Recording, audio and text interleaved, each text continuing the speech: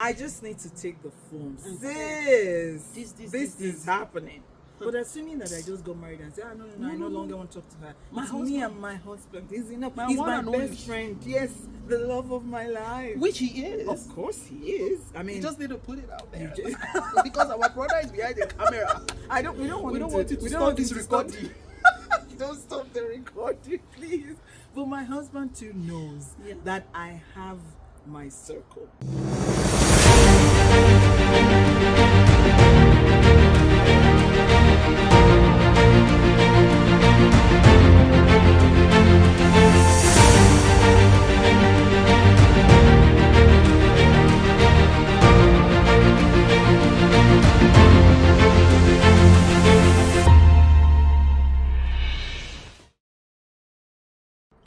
Close the door.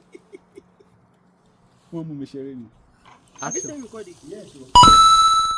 But it's part of the action. Introduce more. Okay.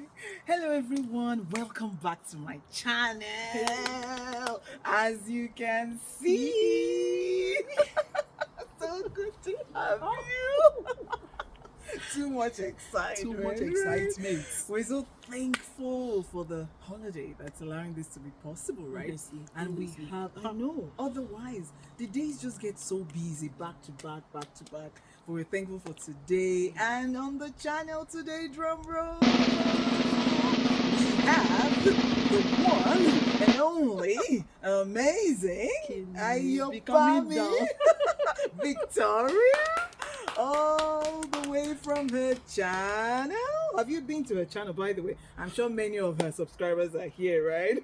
You should subscribe to my channel. Honestly, please subscribe. Very important. Thank you. Very important. Subscribe, like, share, and comment. Yes, very important. Very, very. Please, we want to get to 1,000 subscribers by the end of this year. Yay. Do it.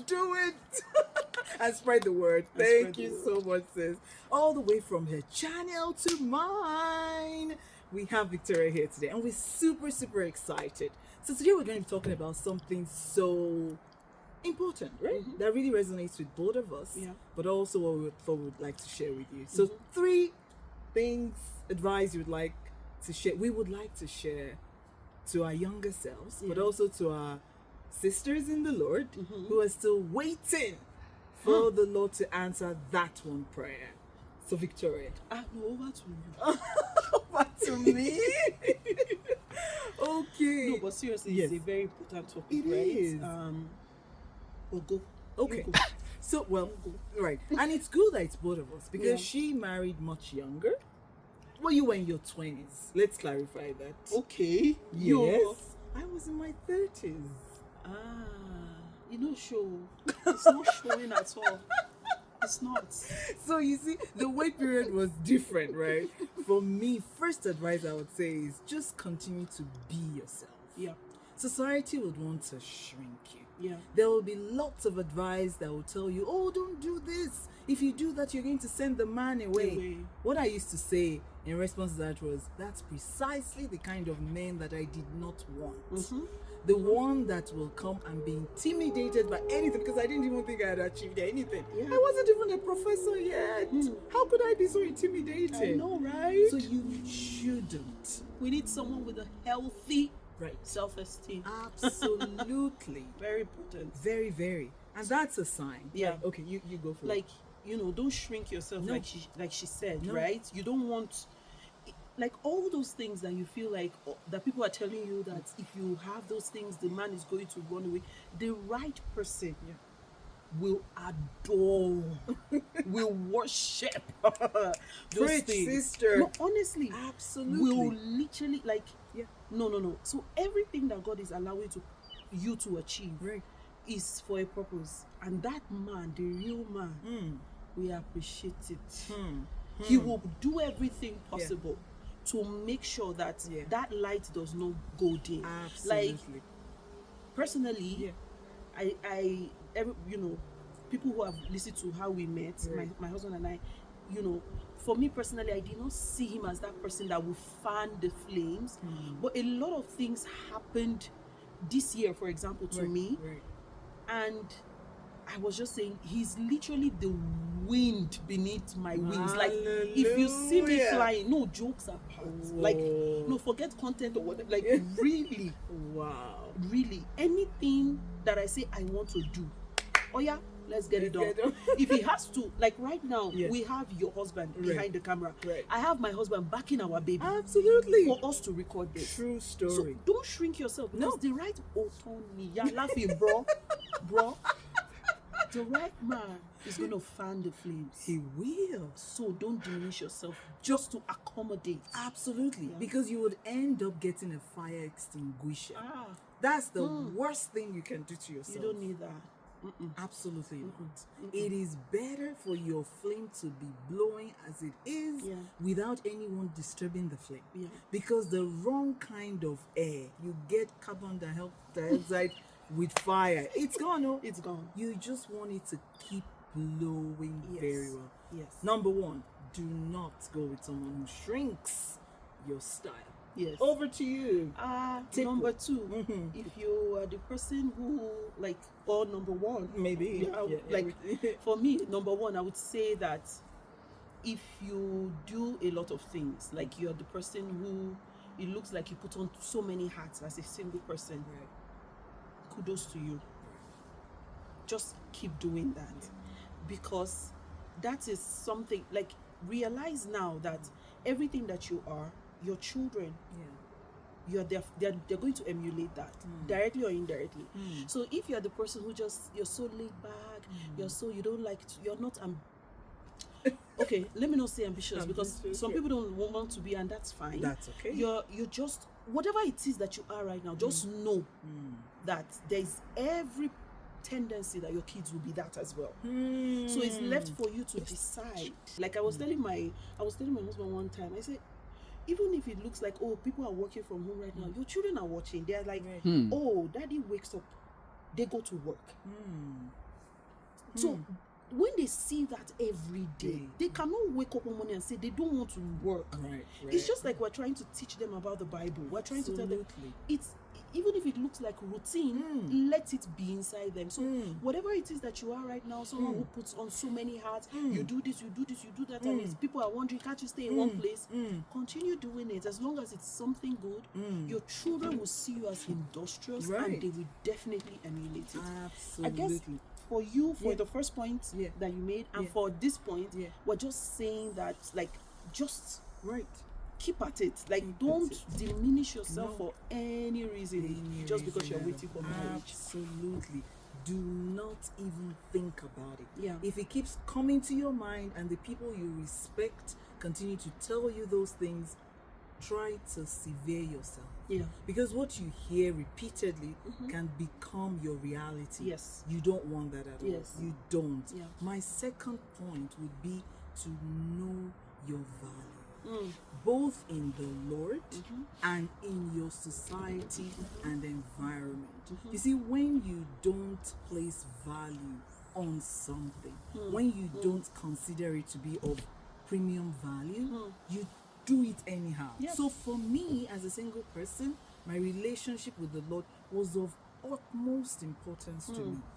And it didn't matter who you were. Yeah. I was just if you try to tamper with it in a way that begins to make me not have that connection, I will begin to draw back, like, no, this person is taking me away from the Lord. It's not worth it. But also the value, normal things. I mean, I used to love, and I say love, and it's used to. I used to love caramel latte, for instance. Something as simple as caramel latte can be the reason. If I go get my caramel latte and someone else goes and gets maybe a drink that's different from what I understand to be what we're chilling with, and maybe they just say, oh no, we'll just add some rum in it, just a little bit, I'll note it. But that would be the last time I would want to hang around such a person. Because my value would not let me want to be there. So what's your value? What do you place premium on? How do your values, how do they align with this person that you're talking to? You don't want to, again, ties back to the first points we made, you don't want to be dropping the standards. People will tell you your own is too much. Nobody, for instance, I had something that I was doing as a single person. If you're a single man, you couldn't call me at 8 o'clock.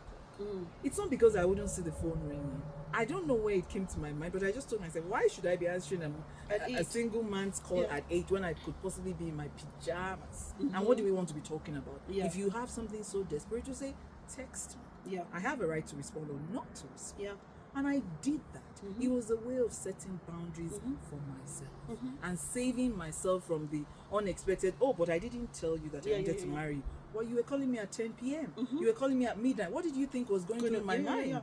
I didn't want that at all. So I just told myself, not a chance. So no, except we are doing something, you're not texting me at 8. That was you're not calling me at 8. That was my value. And it really helped me to set those boundaries. So what you place value on. Okay. Exactly, because at the end of the day, those values are the same things you want to teach your children, right? So very important. I think for me, the second is build quality female relationships, like quality female relationships. Absolutely. I'm not saying that your husband will not be enough, but if you have girls that have the same values, girls that like they are ambitious, like girl, you're speaking things. Because like I like to think I'm blessed with quality female relationship. Girls that if I send them message that this, no, an altar is being raised. Amen. I know. I know. I know. And those girls will get married and our children will be playing with their children. See, don't sleep on it. Okay. That's it. No, that's a solid advice. You know, for me, I didn't even have people that were really my age that I had in that kind of circle. But I had a few, at least one that I still talk to on speed dial, that I knew she's a woman, she's been married for over 20 years. I just need to take the phone. Sis, this is happening. But assuming that I just got married and say, no, I no longer want to talk to her. It's me and my husband. He's enough. He's my best friend. Yes, the love of my life. Which he is. Of course he is. I mean, you just need to put it out there. Because our brother is behind the camera. We don't want you to stop this recording. Don't stop the recording, please. But my husband too knows that I have my circle and they're there. If I say I need you to pray, sis, I know she's going to pray. She will tell someone else, another older friend who will be praying. She will tell me, don't worry, I have told this person and she's praying. Actually, it's grandma. I've told grandma is praying. And I know as soon as I say I've told grandma she's praying. And you know that your information it stays there. Stays there. Right? It doesn't get on Insta blog. Insta blog. You're doing free advert for them. Oh Lord, no. Yes. Okay, number 3 now. What's your number 3? Hey, number 3. You know, I remember something I wanted to say when you were talking about your relationship with God. Right. You know, a lot of times, most singles, they tend to develop themselves just for marriage, right? So it's in that, because they want to do the will of God. So that's why they focus and build that relationship. But I just want to say that the principles that you applied to know God's will in marriage for you, you need to also, those principles also be applicable in every other area of your life. Absolutely. If you want to make a decision with your husband, if you want to make a decision concerning the schools your children will attend, concerning where to live, you also want to know his will in that matter. Absolutely. So don't just say, I want to do the will of God in marriage and that's it. And then you just hands off, I've gotten the blessing. No. In fact, even more, you're going to need God. You're going to need him so much. So, but it is how you have that relationship that you have cultivated with him. That's what is going to help you over time, because you now understand this is how he speaks to me. This is how he's ministered to me in the past. The same way they say, don't have an idol in your heart when you're trying to know the will of God in marriage. It's also the same way you don't need to have an idol when you want to make a decision, because your heart will just become clouded as well. Absolutely. Right? Decision about other things, not even a man. So I just wanted to put which that out very there. Important. So which are also so very much. important, right? Yes. So number 3 thing, I would say that be happy, like find joy in your own self, in your own company.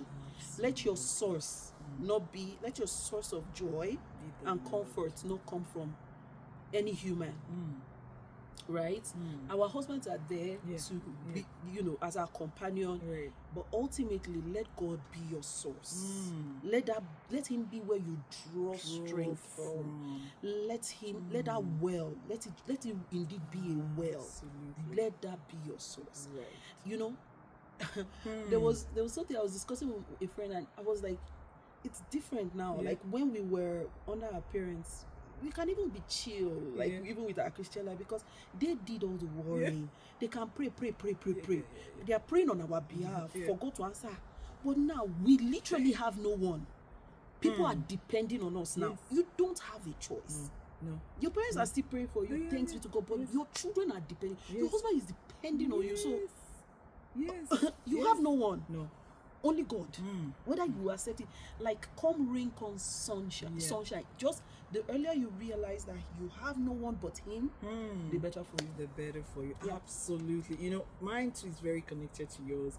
It's really about investing in every sense of the word. And I don't mean that, oh, you need to have this much amount of money to do what. Investment in your spiritual life, investment in yourself, investment in learning even how to cook, investment in that future that you're looking forward to. Invest now. Invest now. Today is the best time to start. Yes. If you have not started before, You better start start now. I learned to do so many things. I used to have coffee with God, for instance, at some point. I don't know when last I was able to do that. Because as soon as you say coffee with God, my children, Mommy, what's inside the cup? I wanna Mommy, eat this. you want to drink that? Mommy? You're So not you just listening to me. Yes, I'm talking to you. But when you're alone, you can take that time and invest, dig deep. Make sure that you're digging very well. Yeah. Because you'll be able to draw on the returns later. But if you've not invested, what are you going to pluck? What are you going to harvest? Nothing. I mean, for us in Canada now, it's harvest time. You go everywhere and it's happy Thanksgiving, happy harvest, and you see the pumpkins in the store. You see them showing and testifying of the season that we're in. When it's full winter now, the pumpkins are going to go, right? Yeah. If you have not planted that pumpkin, how can you have it at harvest? Even reminds me, like even those of us here, right? Yeah. It's now like we're buying the pepper that we know we will not see in the winter. Yes. Those that did not buy, My that dear did not stock sister, up in the winter, they will have to buy it at a more expensive price. I right? am still looking for where to buy more peppers. need I have more. bought. Yes, We need more. my husband is going to be Send like, more, Lord. what do you want to use these peppers to do? I have freezers. Yeah. Yes, and I'm constantly always looking for. Please, do you have pepper? I want to buy more because I know when the snow is on the ground, it's like the peppers just run away from the store. And you don't also want to be driving in You that. don't in that condition. So you want to invest in every sense of it, and that's what makes you a wise woman, right? Yeah. Because Yeah. in winter you Proverbs just go into 7:1. your freezer. Exactly. You just cook, and people, if someone has not bought it, be like, where did you get your pepper? You have to be wise in this somehow. So you want to invest. Yeah. And just be going for it. Yeah. Don't worry what anyone is saying. Don't Yes. worry. You're too much. Don't worry. Keep going. Yeah. It's going to pay off at the end of the day. Absolutely. It really will pay off. So let me also let me also say the earlier you, like, whatever phase you're in, whatever, even if you're living with someone right now, let's say you're living with a cousin or a family member or whoever, ask God, what is it you want me to learn in this person's house? Because there is something, that's what I've discovered. There's something, whether the person is a child of God or not, there's something that they're doing that will help you when you get married. Yes. I have it. I can testify to it. Me too. I can testify to it. When I stayed with my cousin, like my cousin, we were almost maybe every weekend party. It wasn't something that came naturally to me, but I learned what it really means to host. Right? I did not know I was going to get married to someone that is an extrovert. So we are hosting almost every time.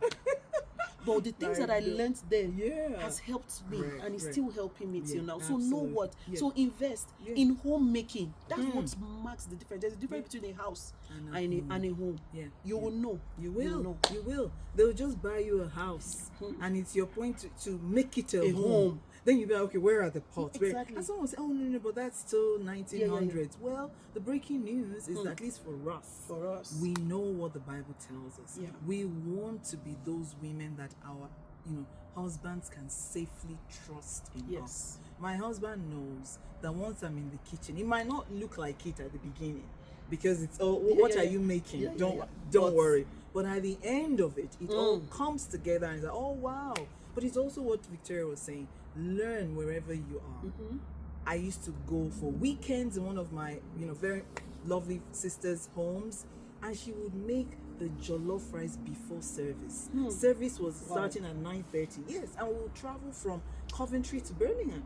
I would wake up at 7 on Sunday morning and I would be like, you've cooked everything already, and she's like, you were sleeping, right? Wow.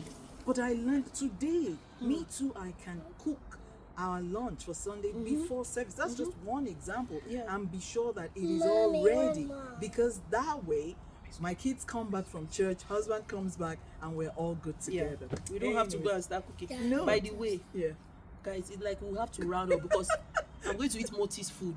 It's Thanksgiving. It is. Is it Thanksgiving? It is. Yes. Thank you so much, everyone, for watching today, and thank you to the cameraman who is now looking after children off camera. Yes. Thank you so much, everyone, for watching, and thank you, Victoria, for coming. Thank you for having me. Thank you so much. It's always a pleasure. Until the next video. Bye bye. God bless. Amen.